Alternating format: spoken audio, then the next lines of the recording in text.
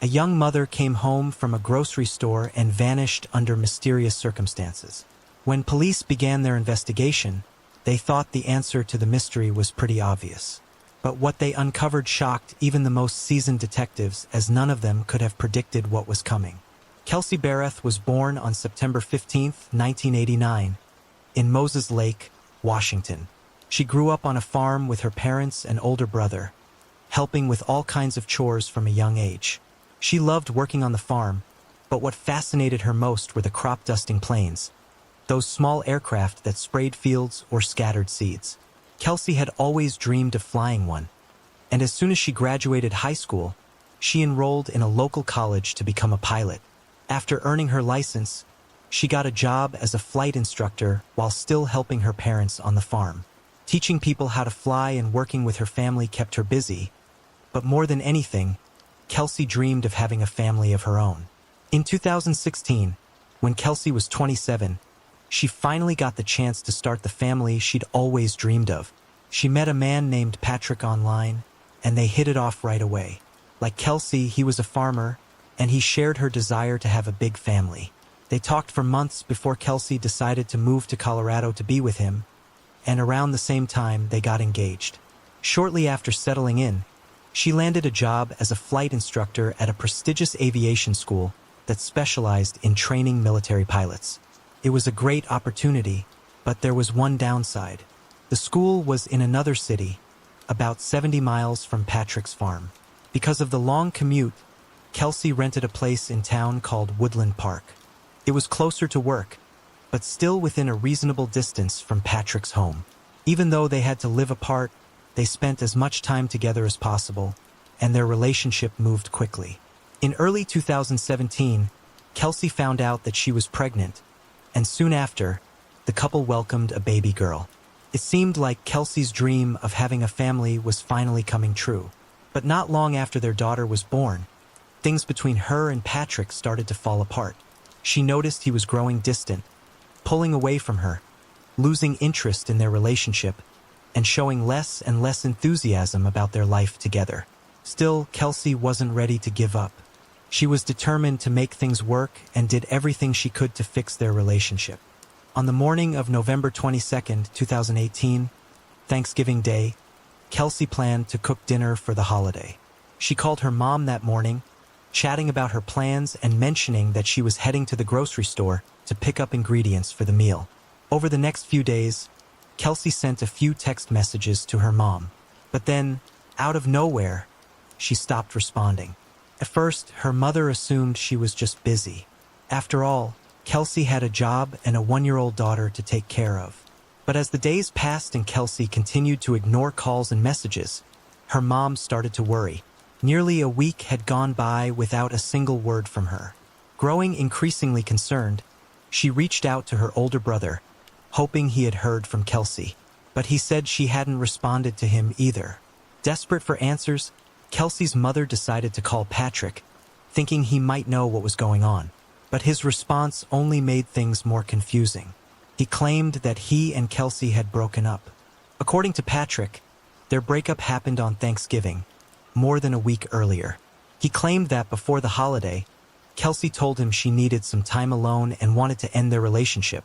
Then, on Thanksgiving Day, she supposedly dropped off their daughter with him, took some of her things from his place, and he hadn't heard from her since. Kelsey's mother found his story hard to believe. For one, she couldn't imagine her daughter leaving her 1-year-old child behind without checking in, even once. And second, she had spoken to Kelsey on the very same day Patrick claimed all of this happened. Kelsey never mentioned a breakup. In fact, she had seemed completely fine. She was in good spirits and excited about cooking Thanksgiving dinner. Feeling uneasy, Kelsey's mom asked Patrick to go to her house and check on her. He agreed but said he needed to finish up some work on the farm first. But the call never came. He never followed up. At that point, Kelsey's mother knew something wasn't right, so she made the decision to contact the police. She explained the situation and the local department sent an officer to check her home. When they arrived, they found Kelsey's car parked outside. But there was no sign of her. No one answered the door, and since the police couldn't enter without a warrant, there wasn't much they could do. All they could tell Kelsey's mom was that her daughter wasn't there. However, officers did speak with Patrick, and he stuck to the same story. Kelsey had supposedly left him, saying she needed space. But this time, he added a new detail. She had taken some of her things from his house, including her handgun. He claimed she had been acting strangely in the days before she disappeared, and said he was worried she might have done something drastic. The police asked for access to Kelsey's home, and what they found inside only raised more questions. All of her belongings were still there, her clothes, documents, and other essentials she would have taken if she had left on her own. But one thing was missing: her car keys. Her car was parked outside, yet the keys were nowhere to be found. That didn't make much sense. It was hard to imagine a scenario where Kelsey would take her keys but leave her vehicle behind. At this point, the local police department decided to officially open an investigation into her disappearance. One of the first steps was obtaining data from her phone. When investigators checked its GPS history, they found that the last signal from Kelsey's phone had been recorded on November 25th, 3 days after she was last seen. It came from a small town called Gooding. The problem was that Gooding was in Idaho, about 800 miles from Kelsey's home. That didn't add up. When police spoke with her family, they confirmed that Kelsey had no friends, relatives, or any known connections there. They had no idea why she would have gone to such a remote place. Detectives reached out to law enforcement and Gooding for assistance, but their search turned up nothing. In such a small town, a newcomer would have stood out, yet there were no traces of Kelsey. That was odd, and investigators knew they needed to look elsewhere for answers. They reviewed CCTV footage from the grocery store Kelsey had visited on Thanksgiving. The video showed her acting completely normal. There was nothing unusual about her behavior.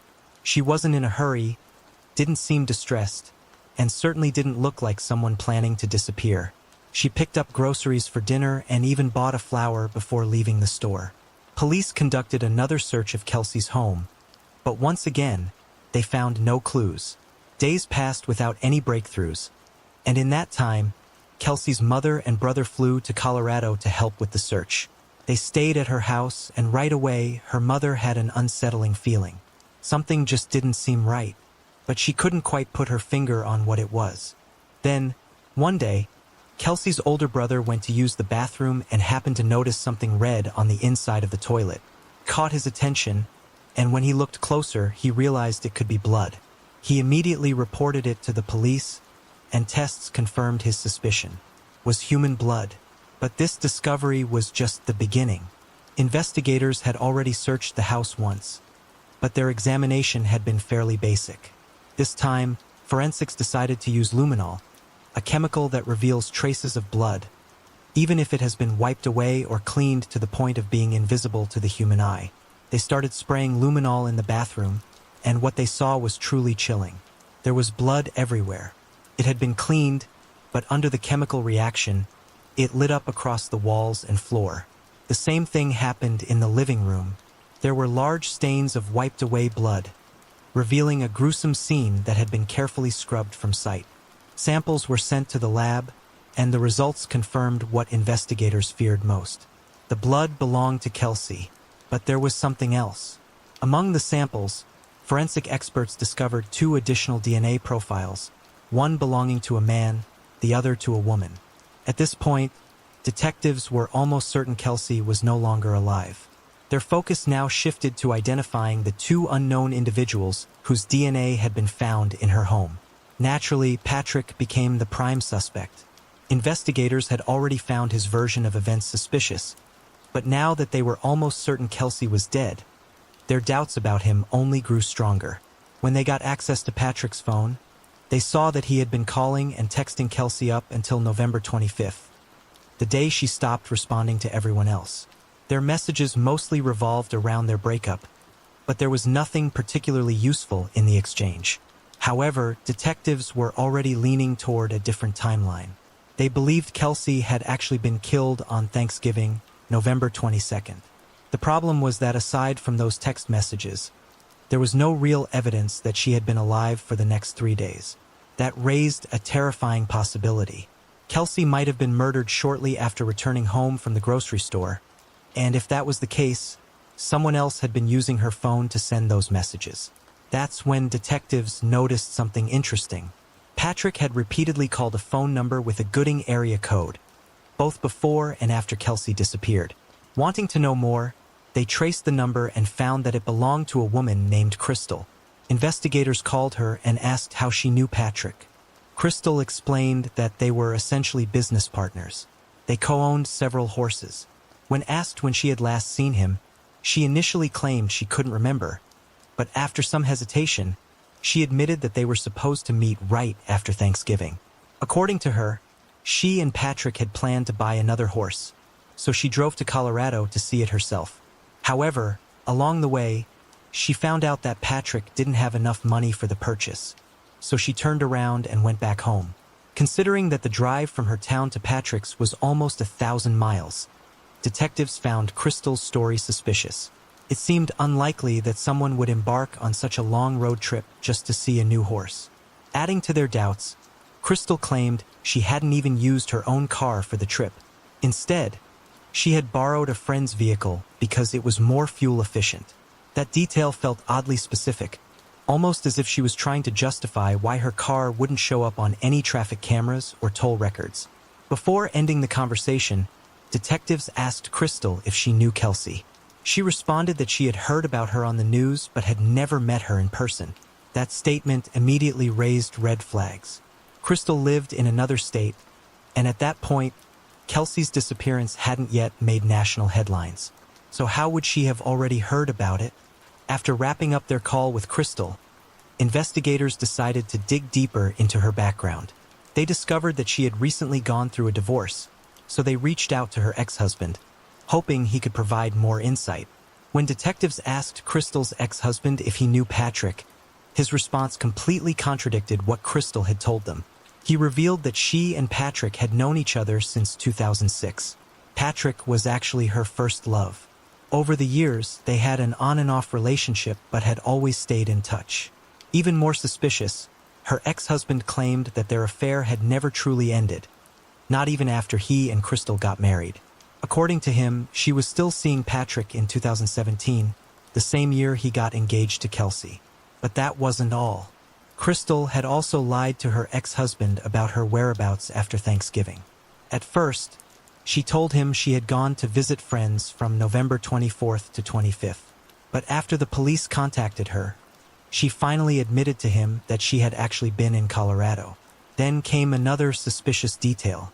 On December 4th, Crystal asked her ex-husband to go with her to buy a new phone, claiming she had lost hers. Detectives immediately took note of the timing. December 4th was the exact same day they had obtained Patrick's phone for investigation. With all this information, investigators had enough evidence to obtain a warrant for Crystal's DNA sample. They flew to Idaho to collect it, and while Crystal complied with the request, she flat out refused to answer any of their questions. As they waited for the lab results, detectives reached out to the friend who had lent Crystal her car for the trip to Colorado. She allowed them to inspect the vehicle and mentioned that she kept a handgun inside. When investigators checked the gun, they noticed something alarming. One bullet was missing from the magazine. The friend was adamant that the gun had been fully loaded when she lent Crystal the car, and she had no idea where the missing bullet had gone. But this was just the tip of the iceberg.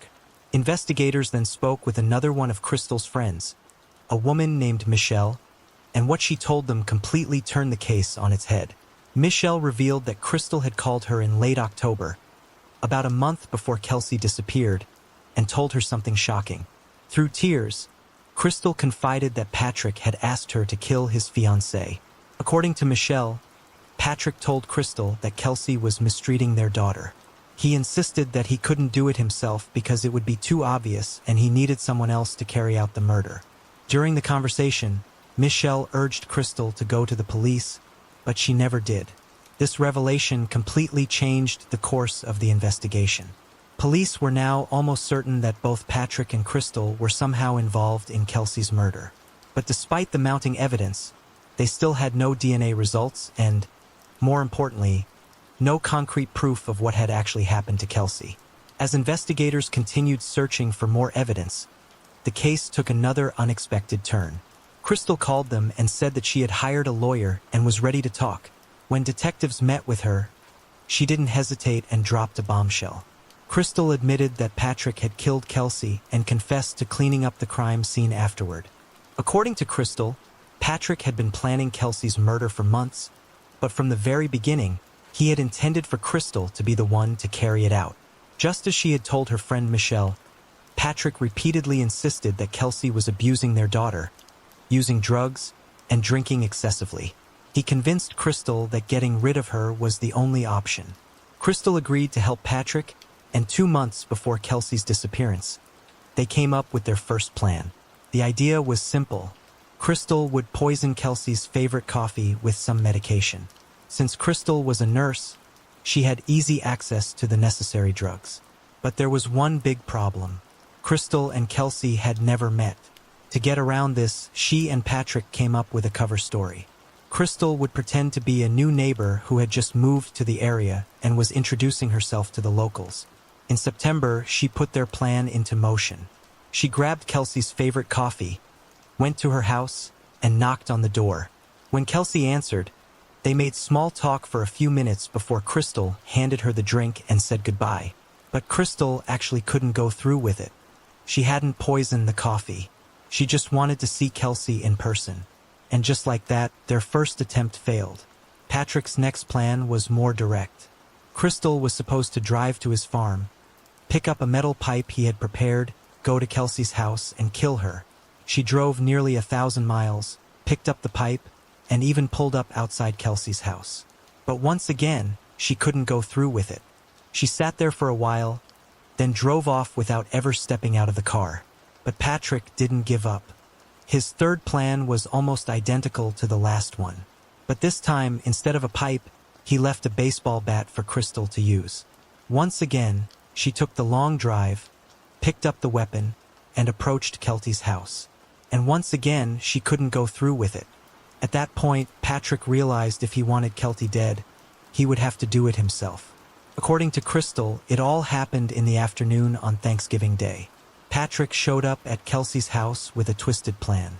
He told her he had bought several holiday-scented candles and suggested they play a game. She would be blindfolded and try to guess the different scents. Kelsey went along with it, completely unaware of what was about to happen. As soon as Patrick tied the blindfold over her eyes, he grabbed the baseball bat and carried out the murder. What made it even more horrifying was that their 1-year-old daughter was in the next room the entire time. After killing Kelsey, Patrick placed her body in a large plastic container and loaded it into the trunk of his car. Then, as if nothing had happened, he took his daughter and drove to his family's Thanksgiving dinner. While his relatives gathered around the table laughing and celebrating, Kelsey's body sat just a few yards away, hidden inside his vehicle. After dinner, Patrick drove out to a small town called Cripple Creek, where he had rented a barn and left Kelsey's body there for several days. That same night, he called Crystal and told her she needed to come and clean up the mess he had made. She immediately understood. Kelsey was dead.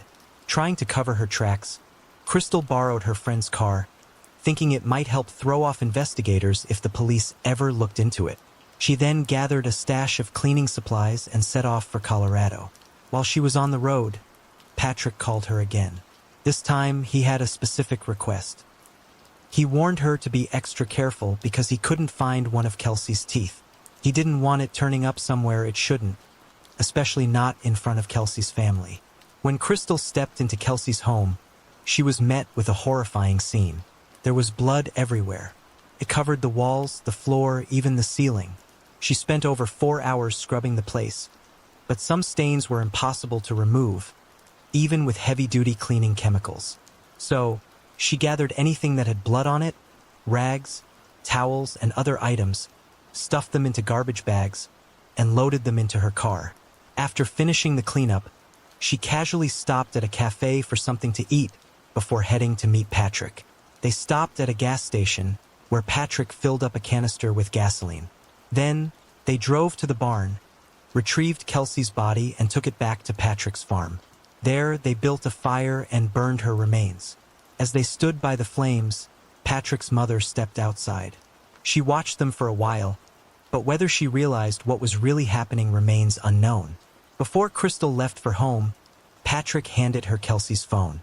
For the next few days, she responded to texts from Kelsey's family and friends, trying to keep up the illusion that Kelsey was still alive. Eventually, she got rid of the phone, destroying the last trace of Kelsey's connection to the outside world. Despite helping Patrick cover up a brutal murder, Crystal insisted that she hadn't acted of her own free will. She claimed she had been terrified of becoming his next victim and only did what he asked out of fear for her life and for her children's lives. She said Patrick had threatened to harm them if she didn't cooperate. Before ending her confession, Crystal added that she had actually tried to help police catch Patrick, claimed that she had deliberately left a few bloodstains in Kelsey's home, hoping investigators would find them. The detectives were highly skeptical of this claim. Crystal had countless opportunities to go to the police and prevent the murder.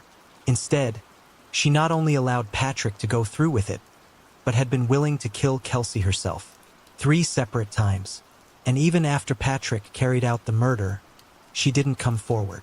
She helped him clean up the crime scenes, dispose of the body, and mislead Kelsey's family and friends. In the end, her confession wasn't motivated by guilt or a sense of justice. The truth was, her lawyer had advised her to take a plea deal, one that would drop all charges against her except for a single count of evidence tampering related to destroying Kelsey's phone. Despite Crystal's detailed confession, police still needed solid physical evidence to take the case to trial. They had already searched Patrick's farm once and found nothing incriminating. But this time, with Crystal's help, they returned to the property, and she pointed out the exact spot where they had burned Kelsey's remains. Patrick had done a thorough job of covering it up, so investigators had to dig through layers of dirt and ash. Eventually, forensic experts uncovered traces of a burned body. However, there was almost nothing left that could be used for DNA analysis.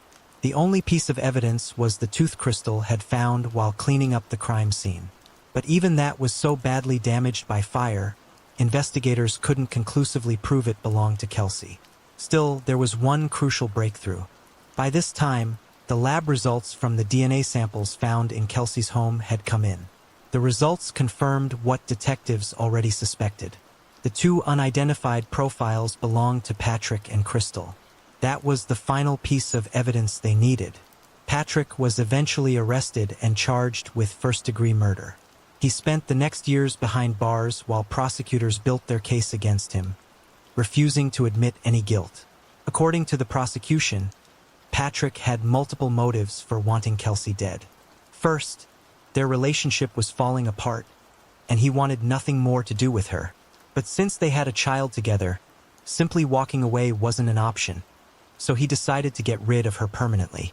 The second motive was financial. Patrick was struggling with some serious money problems and was at risk of losing part of his farming business. Investigators believe this could have also played a role in his decision to kill Kelsey. Even though prosecutors couldn't pinpoint a single clear-cut motive, by the time of the trial, investigators had gathered undeniable proof of Patrick's guilt. One of the biggest pieces of evidence came from his phone records. Data from his smartphone showed that he had spent several hours at Kelsey's home on the day of her murder. This directly contradicted his claim that he had only stopped by for a few minutes to pick up their daughter and drop off some of her belongings. CCTV footage from a neighbor's house further discredited his story. The video showed Patrick arriving at Kelsey's home with their daughter, but instead of leaving shortly after, as he claimed, he didn't come back outside for several hours. Then came another damning detail. After leaving Kelsey's home, Patrick's phone traveled to his farm, but Kelsey's phone moved with him. He hadn't even bothered to turn it off. For the next few days, Kelsey's phone remained near Patrick's, tracking alongside his movements, until he finally handed it off to Crystal, who had used it to send misleading texts before destroying it. On top of all this, detectives uncovered a wealth of surveillance footage linking Patrick to the crime. One camera captured him driving with the large plastic container, the same one he later used to hide Kelsey's body. Another camera at the gas station recorded him and Crystal filling up a gas canister, further confirming their involvement in destroying the remains. Then, during the trial, another disturbing detail came to light. An employee at a mobile carrier store testified that Patrick had come in on the same day police confiscated his phone, asking a very suspicious question. He wanted to know how to remotely wipe all data from a device. But perhaps the most damning testimony came from someone inside the jail. One of Patrick's cellmates revealed that, while awaiting trial, Patrick had made a hit list. On it were 3 names: Crystal, her ex-husband, and Kelsey's mother. He wanted them dead. All of this left no doubt Patrick wasn't just guilty, but he was still dangerous. Given the overwhelming evidence against him, along with Crystal's testimony, the jury unanimously found Patrick guilty of murder. He was sentenced to life in prison without the possibility of parole, plus an additional 156 years. As for Crystal, her plea deal got her an incredibly lenient sentence, just 3 years in prison. But a judge later reduced it to 18 months, with the possibility of early release after only a year. In the end, she served barely any time and has been free for a long time, despite the fact that she could have stopped the crime, but instead, she helped cover it up. On a more hopeful note, Kelsey's family was granted full custody of her daughter, and she has been living with them ever since. In honor of Kelsey's passion for flying, her parents also established a nonprofit that provides support to aspiring pilots, ensuring that her legacy lives on. Share your thoughts on this story in the comments section and don't forget to press the like button.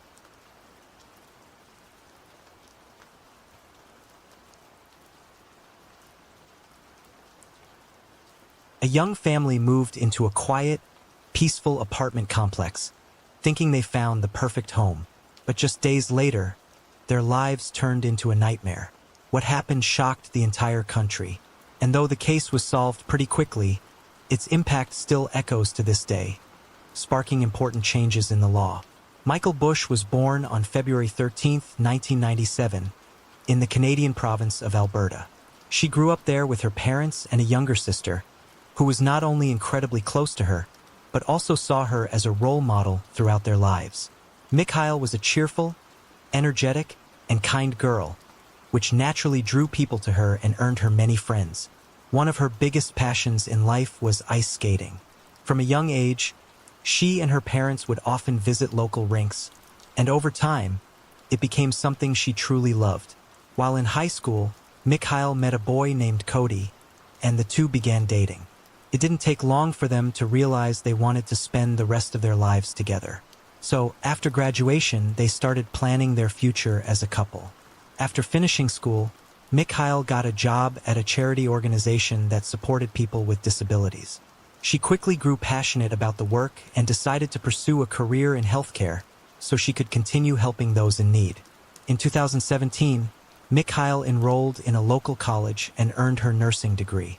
After graduating, she returned to her job at the charity center. But shortly after that, something else happened. Mikhail found out she was pregnant. She and Cody were over the moon with joy, and following the happy news, Cody proposed to her in the middle of a rink. In 2020, they welcomed their son, Noah, and began building their life together as a family. Cody worked in pipeline construction, which meant he was constantly traveling across Canada. It was quite tough. His wife and newborn either had to move around with him or spend weeks without seeing him. But in 2021, he got a new job that finally let him stay in one place. With this new job, the family moved to a small town called Hinton. It was a fairly remote area, but for the first time, Cody's work no longer required constant travel, and they could finally settle down and spend more time together.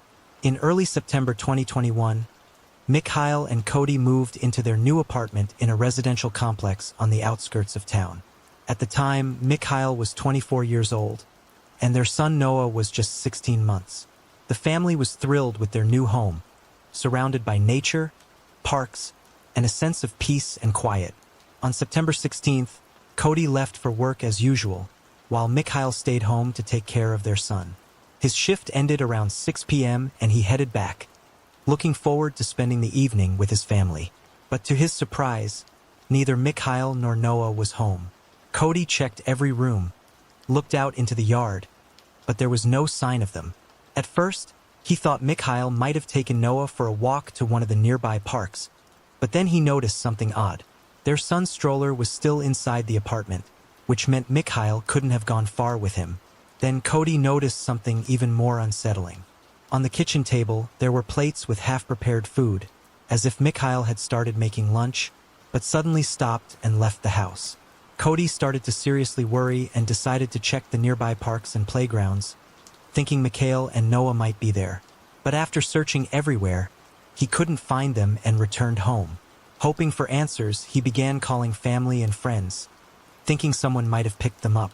That would have explained why Mikhail hadn't taken the stroller, but no one had seen her that day. On top of that, Cody kept trying to call her, but Mikhail wasn't answering her phone. The whole situation felt increasingly bizarre, and Cody decided it was time to call the police. By the time he made the call, one of his friends had arrived at the apartment complex to help. Together, they searched the area again before the police arrived, but couldn't find them. It seemed like Mikhail had vanished without a trace. The officers arrived shortly after and joined the search. They thoroughly checked the apartment complex, the wooded area behind it, and nearby streets. They also began going door to door, questioning residents in hopes of finding any clues about Mikhail and Noah's whereabouts. Before long, their efforts paid off. One neighbor mentioned seeing a woman who looked like Mikhail running away from the complex toward the road earlier that day. She wasn't screaming or calling for help, and her son wasn't with her. The police decided to follow up on this lead and asked the complex manager for access to the CCTV footage. They reviewed hours of recordings but couldn't find any sign of Mikhail. But then, something completely unexpected caught their attention. Around noon, the same neighbor who claimed to have seen Mikhail was captured on camera carrying 2 large garbage bags out of the building. The police went straight to the dumpster to examine the contents of those bags. When they opened one, they were met with a horrifying sight. Inside was Noah's body, along with some of Mikhail's belongings, including her phone. This discovery immediately changed the course of the investigation. Detectives knew they had to proceed carefully, as Mikhail's whereabouts were still unknown. They suspected the neighbor was directly involved in the crime and decided to search his apartment. But there was a problem. The man lived right next door to Mikhail's apartment, where Cody and other family members were waiting. The 2 apartments shared a wall, and the police were concerned that what they might find inside the neighbor's apartment could trigger an uncontrollable situation. To avoid this scenario, the officers came up with a plan. They asked Cody and his family members to temporarily leave their apartment, explaining that investigators needed to conduct a thorough examination. What they didn't tell Cody was that his son's body had just been discovered only a few dozen yards away. As soon as Cody left, the police went straight to the neighbor's apartment. They requested permission to search the unit, and the man voluntarily agreed. When investigators reached the bathroom, they found Mikhail. Her body was lying in the tub, completely unclothed.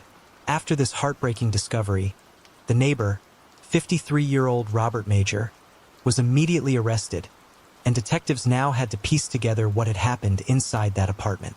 While waiting for medical examiners to determine the exact causes of death, the police began looking into Robert's background, and what they found was truly shocking. Robert had an extensive criminal record spanning several decades. He had been charged more than 24 times, mostly for sexual offenses. But despite his repeated arrests, Robert had only served short prison sentences. During his time in custody, he was evaluated by multiple psychiatrists, and he openly admitted to them that he really enjoyed committing these acts and took pleasure in his crimes. With multiple expert evaluations on record, authorities knew for sure Robert was likely to reoffend.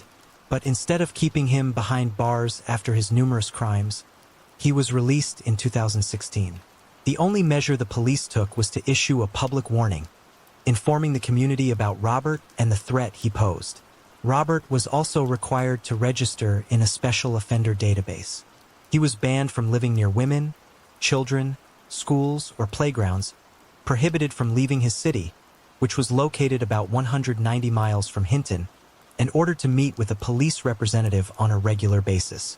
But these restrictions quickly became irrelevant. Canadian law basically removed individuals from the registry and lifted their restrictions if they went a year without committing another crime. Because of this, Robert fell off the radar of law enforcement several years before the tragedy. At some point, he moved to Hinton and settled in a residential complex filled with families and children. None of the local police officers were aware of his criminal history. The management of the apartment complex, even if they wanted to, had no way of accessing this information, let alone the residents themselves. Medical experts soon completed their examination of the bodies, while Robert, shortly after his arrest, gave a partial confession, and his words shocked even the most seasoned investigators. On top of that, they managed to gather additional evidence and witness statements that helped piece together the full picture of what happened on that fateful day. That morning, Mikhail and Noah went for a walk in the nearby park. When they returned home, the building manager approached Mikhail to discuss an issue. The problem was that Cody, who worked on pipelines, would often come home with his boots and clothes covered in dirt, leaving muddy tracks all the way to their apartment door. The manager asked Mikhail to address the situation, and she promised to clean it up right away. After their conversation, Mikhail went back inside, put Noah down for a nap, and started preparing lunch. Around this time, she also called a friend. This friend later recalled hearing a knock at Mikhail's door during their conversation, followed by a man's voice. He offered to help clean the hallway, but the friend didn't catch the rest of the exchange. Shortly after, Mikhail returned to the kitchen, finished her call, and sent a message to a family member around 2 p.m. From there, one critical question remained unanswered for investigators. How did Mikhail end up in Robert's apartment? Robert himself refused to clarify this particular moment, leaving police to speculate. Perhaps he lured her there under some pretense, maybe by continuing the conversation about cleaning the hallway or asking for her help with something else. One way or another, Mikhail ended up inside Robert's apartment, and this is where his confession began. Almost immediately after she walked through the door, he attacked her and tried to strangle her, but for nearly 10 minutes he struggled to succeed. In the end, he managed to kill her and then essay her. He then dragged her body to the bathroom before heading to her apartment, where he took Noah and ended his life as well. After committing these horrific acts, Robert placed Noah's body, along with Mikhail's clothes and belongings, into garbage bags and dumped them in a container outside the building. It seemed he had no further plan, as Mikhail's body was simply left in the bathroom. Although he tried to mislead investigators by claiming that Mikhail had run off from the complex, possibly hoping that police wouldn't think to look inside his apartment. As for his motives, they remain unclear. The details of the case, including the full account of his confession, were never made fully public.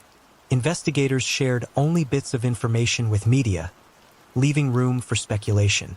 The reason behind Mikhail's murder was relatively straightforward. Not only did Robert find satisfaction in causing harm, but he also killed her with the intent of essay.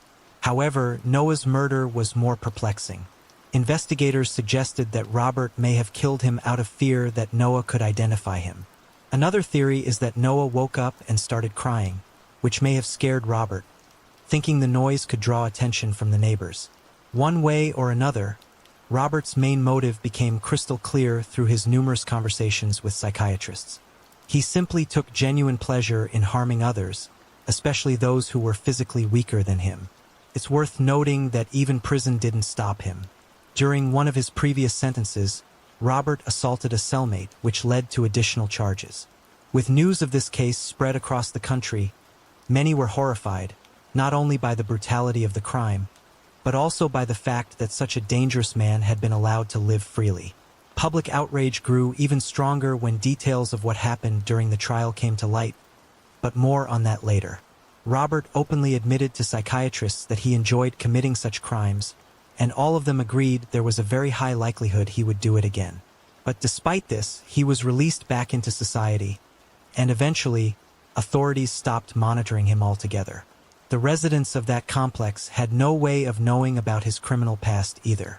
Even if he had remained on a sex offender registry, the system in Canada works very differently than in the US. In Canada, only law enforcement officials can access the registry, not the general public. This left many Canadians outraged as the laws prioritized protecting the privacy of a predator but failed to protect Mikhail and her son. The family had moved into that complex just 15 days before the tragedy, only to become victims of a man who lived literally next door. This devastating injustice pushed Cody and the rest of the family to fight for change. They became actively involved in drafting a new piece of legislation named in Noah's memory. The main goal of the bill was to ensure that repeat offenders are monitored for their entire lives, not just for a short period after their release. The bill also proposed creating a public registry of these offenders so anyone could easily check if someone with a criminal past was living in their area. As for Robert, he didn't deny his guilt, so the trial moved pretty quickly.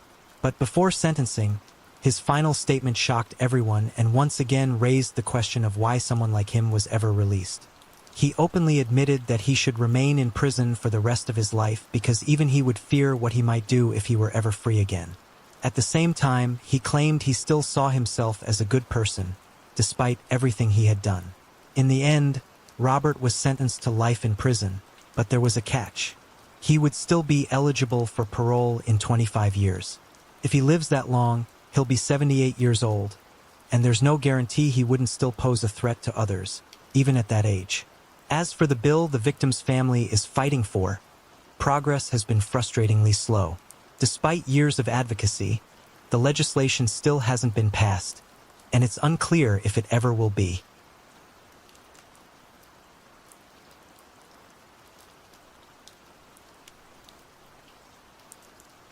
A young woman from France set off to visit her relatives in Britain for Christmas, but along the way, she vanished without a trace. Police immediately launched a large-scale search, and the case quickly made headlines in both countries. Before long, investigators pieced together a chain of clues that brought them closer to the truth.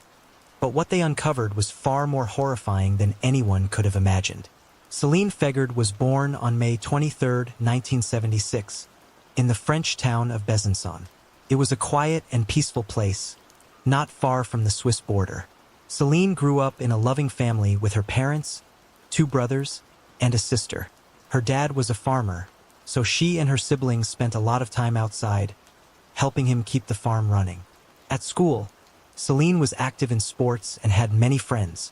When she was 14, her parents took her to nearby Britain and she absolutely loved it. From that point on, she started thinking about moving there someday.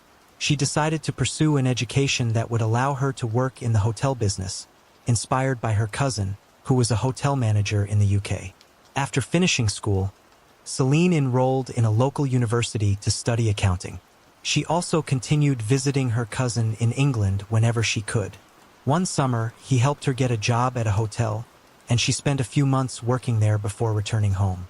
At the end of 1995, when Céline was 19, she decided to travel to Britain again for Christmas. At that time of year, public trains in France were experiencing disruptions, so her parents asked a family friend, a truck driver, for help. He was delivering cargo to England and agreed to give her a ride to a town called Folkestone. From there, Céline planned to travel to Fordingbridge, a town about 150 miles or 250 kilometers away, where her cousin lived. On December 18th, Céline left home, planning to reach her cousin's hotel by that evening. Her parents were expecting a call from her to let them know she had arrived safely. But as the evening stretched on, there was no word from Céline. She didn't have a mobile phone, so all her family could do was just wait and hope she would make it to the hotel eventually. Later that night, they finally got a call, but it wasn't Céline. It was her cousin. He told them she still hadn't arrived and asked if something had changed in her plans. Céline's parents grew even more worried and, with no other options, decided to contact the police. French authorities quickly reached out to their British colleagues, who immediately launched a search for the missing woman. Their first step was to speak with Céline's parents, who traveled to England to assist in the investigation. They told them about a family friend, a truck driver, who had agreed to give Céline a ride to Britain. The police tracked him down, and he confirmed that he had dropped her off in Folkestone. After that, he had to head in a different direction. While they were at the truck stop, the driver met another French trucker who was heading to a town called Newbury, about an hour's drive from Céline's cousin's hotel. This second driver agreed to give Celine a lift, and investigators managed to locate him as well. He told the police he had dropped Celine off at a truck stop in Newbury. She had tried using a payphone there to call her cousin and ask him to pick her up, but for some reason, she couldn't get through. By that time, it was already 4:30 p.m. The driver told Celine she could take a train to her cousin's town, but there was a problem. The nearest station was a few dozen miles away, and he couldn't take her there since he had to deliver his cargo in a different direction. He still wanted to help, so he started asking other truckers in the parking lot if anyone could give Celine a ride. The first driver he asked turned him down, saying he was planning to rest before his next trip. But the second trucker agreed. He said he was heading to Salisbury, just about a 30-minute drive from Celine's cousin's town. He even mentioned she could probably catch an 8 p.m. bus from there. With no other options left, Celine went with the third driver, and that's where her trail disappeared. Detectives tried to track this man down, but they didn't have enough solid information to identify him. The second driver, who had handed her over, couldn't recall the license plate number and only remembered that the truck was a white Mercedes. He also provided a description of the man. He was around 35 years old, had short blonde hair and a beard. The second driver also mentioned that something about this man struck him as suspicious. There was something unsettling about his behavior, but he still let Celine go with him because, at that point, she simply had no other choice. Police began to suspect that the third driver might have been involved in Celine's disappearance. Using the witness's description, they created a composite sketch and shared it with the local media. As for the first two drivers, investigators thoroughly checked their alibis and found solid evidence proving they had been in other locations at the time. Detectives soon uncovered a troubling detail that made them even more suspicious of the third driver. Remember how he told Celine she could catch an evening bus to her cousin's town from Salisbury? Well, it turned out that no such bus existed. Investigators wasted no time getting the word out about Celine's disappearance. They shared her story, along with the suspect's composite sketch, through newspapers and TV. The case quickly grabbed national attention in both Britain and France. It was just days before Christmas, and the disappearance of a young woman during the holiday season struck a chord with the public. On top of that, there were fears that Celine might have fallen victim to a serial killer. Over the past 2 years, several young women had been murdered in the same area. Police believed these cases were linked to a single perpetrator, and now they were worried Celine's disappearance could be connected to him. As a result, the local police launched a full-scale search. Over 100 officers were assigned to the case, along with helicopters and even an airplane to scan the area from above. They concentrated their efforts along the route the third driver was believed to have taken with Celine. But despite all their efforts, they found no trace of her. Unfortunately, the first week of the search yielded no results. Both the police and Celine's family made numerous public appeals, urging anyone who might know something about her whereabouts or the driver himself to come forward. But every lead they followed quickly turned into a dead end. This went on for over a week, until the morning of December 29th, when police received a chilling call. A man driving near the town of Worcester had pulled over to adjust his windshield wipers. While walking along the roadside, he noticed something odd partially covered by snow. Curious, he went closer and, to his horror, realized it was a human body. Shaken, he immediately rushed home and called the police. Officers arrived at the scene and found the body of a young woman, but at first, they couldn't identify her. Initially, they thought it might be the remains of a local woman who had disappeared after leaving a nightclub, but the theory was quickly ruled out. It wasn't until the following day, December 30th, that police confirmed the body was Celine's. Her cousin was brought in to identify her, sparing her parents the heartbreaking task of doing it themselves. Police quickly noticed one important detail. The highway where Celine's body was found was almost in the opposite direction of where she had been heading. This only strengthened their theory that the truck driver who had given her a ride was likely responsible for her murder.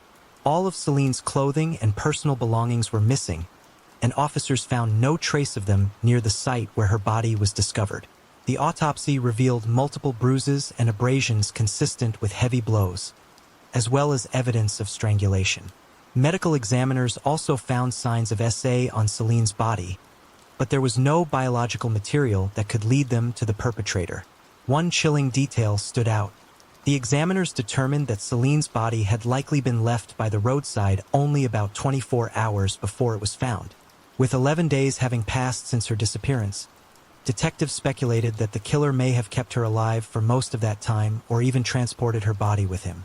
The second driver who had helped Celine mentioned that the suspect's truck was equipped with an industrial freezer, which suggested the killer could have preserved her body at low temperatures for days.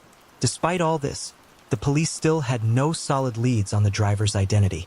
However, a conversation with Celine's parents revealed an intriguing detail. She had been carrying 2 bottles of champagne as Christmas gifts. These, along with all her other belongings, were never found. It seemed likely that the killer had taken them, which gave investigators a potential new angle to explore. This champagne was a specific French brand that wasn't sold in Britain, making those 2 bottles completely unique in the country. Police decided to use this as leverage and sent information about the bottles to the media, along with photos of identical champagne. They hoped that the perpetrator might have shown them to someone or even shared them with friends or family. But unfortunately, this lead also went nowhere. Without any other leads in hand, investigators decided to take an unprecedented step. Despite the absence of the perpetrator's DNA on the victim's body, in early January of the following year, they initiated the first mass DNA collection in Britain's history. The police focused their efforts on drivers of Mercedes trucks and similar models. This process took over a month, and detectives managed to test more than 5,000 drivers. Most of them willingly provided their samples, but there were some who refused. Investigators put them on a separate list for further scrutiny, thinking that one of those individuals might be the killer. Meanwhile, Celine's case continued to gain widespread attention in both British and French media. The police received thousands of tips and leads, but unfortunately, none of them brought the detectives any closer to catching the killer. This continued until mid-February, when one tip finally caught the investigators' attention. A man called the police after seeing the suspect's sketch on the news and said it looked strikingly similar to one of his co-workers, a 36-year-old truck driver named Stuart Little. He also mentioned that Stuart drove a Mercedes truck with a refrigeration unit. This lead prompted detectives to start digging into Stuart's background. The first thing they uncovered was Stuart's extensive criminal history, though it consisted of non-violent offenses. Next, they decided to approach him carefully and ask for a DNA sample, presenting it as a routine part of their investigation involving thousands of drivers across Britain. However, Stuart refused to provide a sample, which only deepened their suspicions. After several more attempts to persuade him, though, Stuart eventually gave in and agreed to the test. As soon as they had his DNA, the police secured a warrant to search his truck. That's when they found their first major evidence, traces of blood on the mattress in the sleeping area and in other parts of the cab. Testing confirmed it was Celine's blood, and that was enough for an arrest. The police also obtained a warrant to search Stuart's house. In his garage, they discovered Celine's personal belongings, the ones she had with her when she disappeared. But that wasn't all. Investigators noticed something odd about Stuart's tachograph, the device truck drivers are required to use by law to track their driving hours. It appeared that on the day Celine's body was dumped, Stuart had deliberately concealed information about his movements. However, he made a mistake. After disposing of the body, he resumed work without filling in the missing data. This created a suspicious gap in his driving log, which detectives believed corresponded to the time he transported Celine's body to the roadside. During his first interrogation, Stuart denied any involvement in the murder, claiming he had never even picked up Celine. But when police brought in the other driver, who identified Stuart in a lineup, his story changed. He now admitted to giving Celine a ride and claimed they had consensual intercourse. As for her belongings found in his garage, Stuart insisted she had simply forgotten them when he dropped her off. Naturally, investigators weren't quick to believe Stuart's story. They continued searching for evidence and soon found a witness who had seen him the day before Celine's body was discovered. The witness spotted Stuart near a warehouse about 50 miles from where the body was found. He was seen starting a fire next to his truck, and it appeared he was burning something, When police confronted Stewart about this, he claimed he'd started the fire to warm up his truck brakes, which had supposedly frozen due to the weather. Officers decided to search the area near the warehouse, and it didn't take long for them to find something disturbing. Underneath a fence, they discovered Celine's underwear. It was stained with her blood. Piecing together all the evidence, investigators came up with the most likely timeline of events. When Stewart picked up Celine, he drove to a secluded area where he assaulted and killed her. Based on the blood evidence found in his truck, they believe Stewart kept her body on the lower bunk in his cab for 10 days while continuing to make deliveries as if nothing had happened. Shockingly, just a week after the murder, Stewart went home to celebrate Christmas with his wife and children, while Celine's body remained just a few yards away in his truck. At some point, he decided to dispose of the body. Investigators found receipts showing Stewart had purchased a shovel, an axe, and a saw, likely with the intention of dismembering her remains. However, for some reason, he abandoned that plan and simply left her body near the roadside. Detectives soon uncovered another chilling detail. The day after Christmas, Stewart gave those 2 bottles of rare French champagne to an acquaintance as a gift. When detectives questioned him about it, Stewart claimed he'd bought the bottles from another French truck driver, but investigators didn't believe a word of it. On top of that, they uncovered another intriguing detail. Stewart had always worn a beard, but he completely shaved it off after the murder. Right around the time the suspect's sketch started appearing in the news. They also figured out why Celine couldn't reach her cousin when she tried to call him from a payphone. It turned out that the UK had recently changed its phone codes, and Celine had his number written down with the old code in her notebook. Unaware of this update, she dialed the outdated number, and her call never went through. For Stewart's family, friends, and co-workers, these revelations were a complete shock. To them, he had always seemed like a devoted family man and a reliable friend. At first, many even refused to believe he could have been involved. But as the media revealed the mounting evidence against him, they had no choice but to face the horrifying truth of who Stewart really was. Stewart's trial began in October of that year, and despite the mountain of evidence against him, he stuck to his story, denying everything. But the jury didn't need long to deliberate. They unanimously found him guilty of murder, and he was sentenced to life in prison with the possibility of parole after serving at least 20 years. Soon after his sentencing, Stewart tried to appeal the verdict, claiming that the high-profile nature of the case had biased the jury, preventing him from receiving a fair trial. However, the appeals court rejected his claims. In 2006, Stewart made another attempt to have his sentence reviewed, but once again, his appeal was denied. 10 years later, in 2016, Stewart became eligible for parole, but his request was denied. The reason was clear. Even after spending 2 decades in prison, he still refused to admit to the crime and maintained his innocence. The judge also voiced concerns that Stewart remained a danger to society. As of now, Stewart remains behind bars, with little chance of being released anytime soon. It's worth mentioning that Stewart was ultimately ruled out as a suspect in the other murders I mentioned earlier. Those crimes turned out to be the work of another truck driver who was arrested in late 1997. While prosecutors linked him to just 2 murders, they still believe he might be responsible for several other unsolved cases. As for Stewart, investigators also suspected that Celine might not have been his only victim. However, after all these years, no evidence has been found to connect him to any other crimes. Share your thoughts on this story in the comment section, and don't forget to subscribe and press the like button if you enjoyed my video.